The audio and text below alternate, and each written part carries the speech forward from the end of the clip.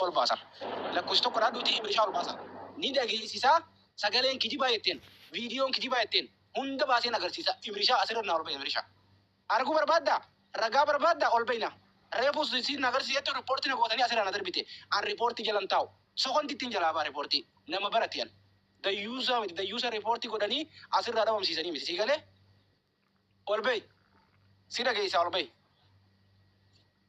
kara dhageessiftee amma dhageessisaa boo kara dhageessiftee dhiisi dhageessiseen jire ammoo si dhageessuu barbaada olbay kottu si dhageessuu barbaada olbay sobaa jetteemi intaltiin sobaa siin jetteemi kottu olbay si dhageessisa feetu jala teessee dhageeffachuu dandeessa shigirii gallamu si galee waliin si waraaba waan taateef sagalee waliin jala teessee dhageeffachuu dandeessa anjoolleen dhageessee jirtu warri as jiru kun namni 500 kun dhagee jira si galee ammoo ati dhaga'uu barbaadda si qofa namni dhageessuu barbaadu haa amma dhufe seene amma joon godhee seene dhaga'uu barbaadda dhugumaan intala tana mucaan akkana godhe baruu barbaadda dhugumaan mijiyyoo tanaa quuqamte keessaan na ergii naan jette asumarratti hin dhageessisa olbay kottu olbayga isobini kottu olbayga soba dhiisaadha jala ta'anii fakkeessuu dhiisaa kottaadha salphina mucaan intala teessan irraan ga'u jiru kottuu laale obboleessoo si galee salphina mucaan intala teessan godhu jiru kottu dhaggeeffadhu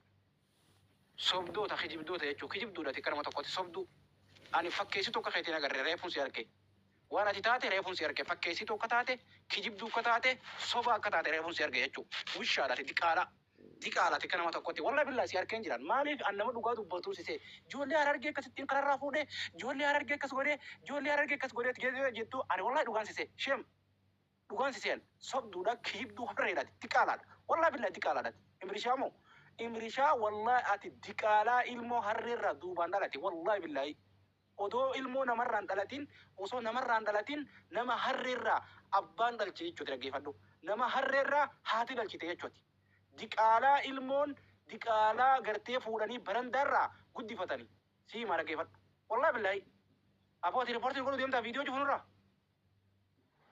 viidiyoon irraa cufe hoo biyya jira kunoo Itoophiyaa jiraasa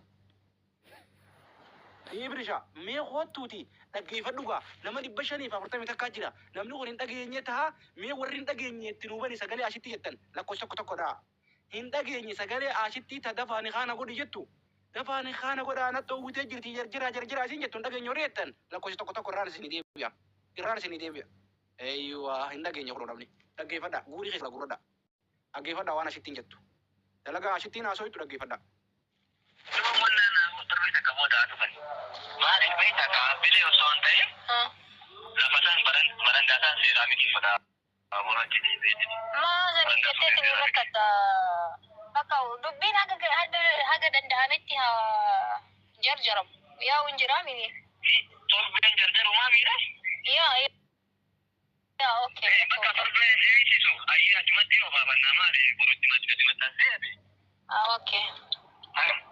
Kun kamu torben kani sih macam baru buat dia beda bakal. Ayah bakka ani lakkoofsa bileen kennaafi bilbilanii walitti banii guyyaa qabatan ayyee.